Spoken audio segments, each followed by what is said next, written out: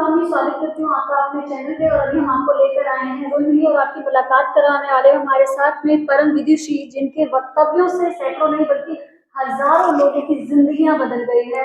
सदैव जो है अपने आशीर्वचनों से लगातार लोगों की जिंदगी को नई दशा एवं दशा देने वाली हमारे साथ दिव्य साधिका डॉक्टर रश्मि प्रभा जी से हम आपकी सीधी मुलाकात करवा रहे हैं। हर वर्ष के भांति इस वर्ष भी 7 जनवरी को भगवान पारशुनाथ जी के जन्मोत्सव जो है जापानी पार्क में मनाया जाएगा, महाराज जी के सानिध्य में। सर्वप्रथम मैं आपका स्वागत करती हूँ आपका अपने चैनल में। सबसे पहले जैसा कि बड़े बड़े पोस्टर्स और सोशल मीडिया के माध्यम से हमें जानकारी प्राप्त हुई है कि उप संग्रह जो मंत्र है उसका जाप किया जाएगा भगवान पारशुनाथ जी के जन्मोत्सव के अवसर पर। तो ये जो मंत्र है इसकी क्या उपयोगिता है? उपसंहरण स्तोत्र पारशुनाथ भगवान की स्तुति है। यूं तो 6 जनवरी को पारशुनाथ भगवान का पौवदी दशमी वाराणसी में उनका जन्म हुआ था। पौवदी एकादशी के दिन उन्होंने दीक्षा धारण करी, जो कि 7 जनवरी को है। पारशुनाथ भगवान का स्मरण, उनकी स्तुति जो कि आचार्य भद्रबाहु स्वामी ने उस वक्त में रची जब 12.5 वर्ष का लंबा दुष्काल पड़ा हुआ था। पेड़ पौधे सूख चुके थे, हरियाली का एक कण भी नहीं था, अन्न कहाँ से उपलब्ध होता। तो ऐसे में काफी साधु समाज काल कवलित हो गया। ऐसी अवस्था में नेपाल के संघ ने आचार्य भद्रबाहु स्वामी से विनती करी, गुरुदेव संघ की रक्षा के लिए कुछ निवेदन करना चाहता हूं कि इस उपसर्ग को दूर करें। तब आचार्य भद्रबाहु स्वामी ने पारशुनाथ भगवान का स्मरण, जिसे हम उपसंहरण स्तोत्र इसलिए कहते हैं, उसका पहला अक्षर ही उपसंहरण है। इसे उपसर्ग स्तोत्र भी कहते हैं। जब पारशुनाथ भगवान की स्तुति आचार्य भद्रबाहु स्वामी ने करी, उसी वक्त में उनके शासन की देवी मां पद्मावती प्रकट हुई। उन्होंने कहा, गुरुदेव आदेश दो।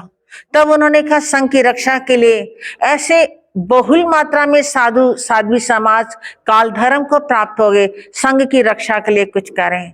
पहली बार बरसात मां भगवती पद्मावती की उपासना से आई और उस प्रकार उपसंहरण स्तोत्र काल सर्प दोष को भी खत्म करता है।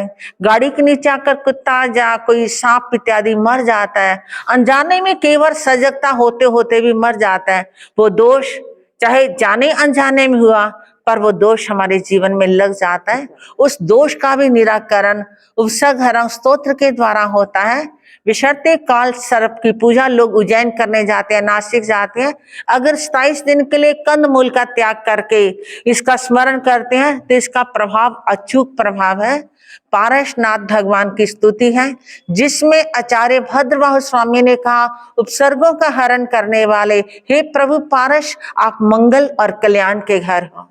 आप विषधरों के विष भी खत्म हो जाता आपका स्मरण करने से।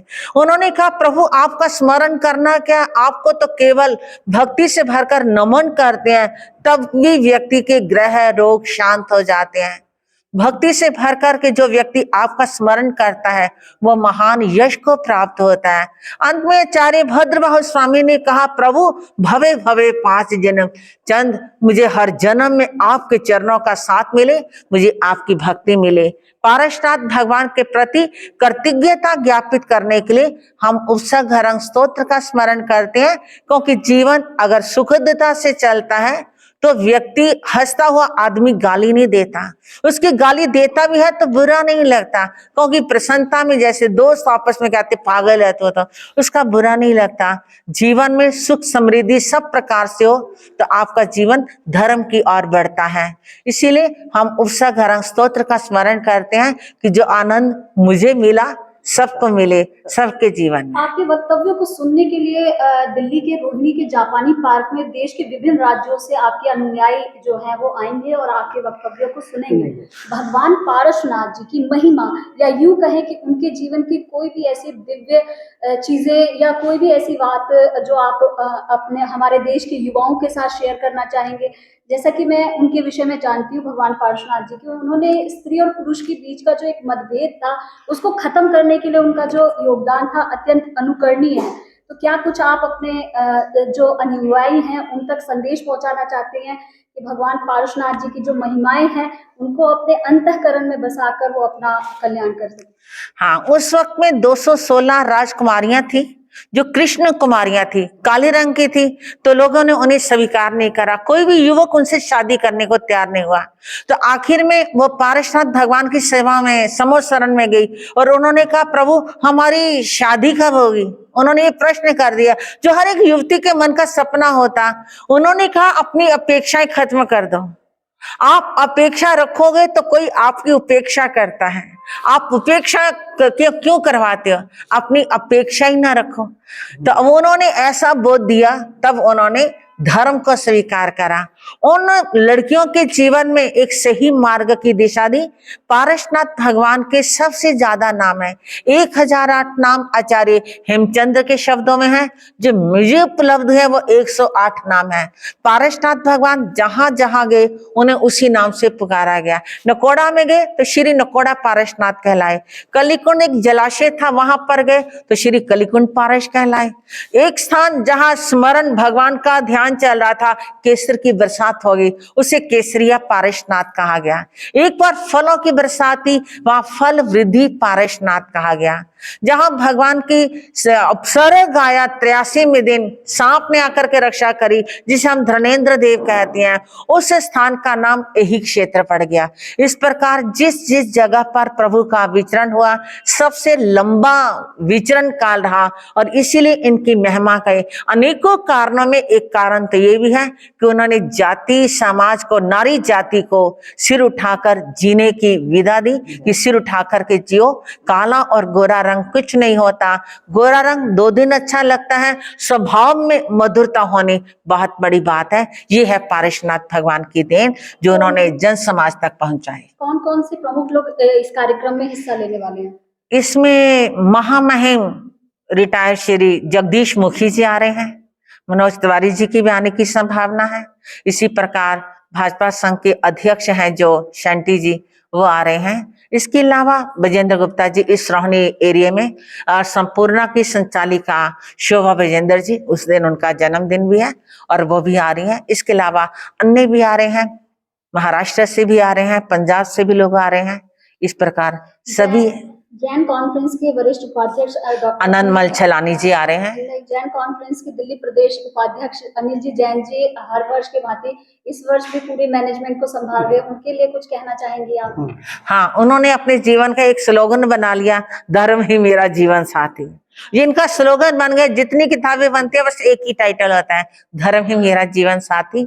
इन्होंने अपने जीवन को एक इतनी सुंदर दिशा दी है कि अपने आप को जीवन को कन्वर्ट कर लिया, डाइवर्ट कर लिया। इनके लिए बहुत बहुत मंगल आशीष है कि धर्म ही जीवन साथी, धर्म ही वास्तविक साथी तो वही है। बाकी सब साथी तो एक वक्त पर छोड़ देते हैं, पर जो धर्म के लिए बढ़ता है तो धर्म उसके लिए आगे बढ़ता है। धर्मो रक्षति रक्षता है, इस सूत्र को जीते हैं ये। अंतिम प्रश्न है मेरा आपसे, क्योंकि समय की भी काफी मर्यादाएं होती है। अंतिम प्रश्न है मेरा आपसे, देश की जनता, युवा, सुप्रतिष्ठित समाज सेवी वर्ग आपको हमारे चैनल के माध्यम से देख रहे हैं, आपकी बातों को सुन रहे हैं। आपके पिछले कई वक्तव्यों से कईयों की जिंदगियां बदल गई। जो मन वांछित अपने इच्छाएं लेकर आया था, उनकी इच्छाएं भी पूरी हुई और आपके दिखाए गए मार्ग से लोगों को जो है उनके लक्ष्यों तक पहुंचने में बहुत अवसर मिला। तो मेरा अंतिम प्रश्न है आपसे, देश के युवाओं के लिए, देश की जनता के लिए क्या कुछ आपका संदेश रहेगा, क्या कुछ अपील करना चाहेंगे? हाँ, मैं देश के युवाओं से ये कहना चाहती हूँ कि आप जिंदगी में शौक पालो पर अपने पैसे से पालना। माता पिता के पैसे से केवल अपनी क्वालिफिकेशन, अपने कैरियर पर ध्यान देना। पैसा उड़ाना आसान है, कमाना मुश्किल है। पैसा कमाओ फिर खर्चो। अपने सपनों को साथ उड़ो तो ये जरूर आकाश में, पर जमीन की पकड़ को ढीला ना छोड़ देना। आखिर जहाज कितने भी ऊंचाई पर चला जाए, उसे लैंड धरती पे करना होगा। हमारे माता पिता, हमारे बुजुर्ग, हमारा समाज, ये है वो जमीन जिससे हम जुड़े रहेंगे तो ऊंचाइयों को भी माप लेंगे और ऊंचाइयों के साथ हम सिर उठाकर, माँ बाप का हम फकर हैं तो हम माँ बाप के लिए फकर बने। तो देखा आपने हमारे साथ डॉक्टर रश्मि प्रभा जी, जिन्होंने स्पष्ट तौर पर कहा है कि अगर व्यक्ति अपने जीवन में बदलाव लाना चाहे और सकारात्मक चीजों को पाना चाहे तो वो 7 जनवरी को बहुत चीजें जो है वो कार्यक्रम में होगा, जिससे लोगों को एक नई दशा एवं दिशा मिलेगी, जिससे जरूर लोग जुड़े।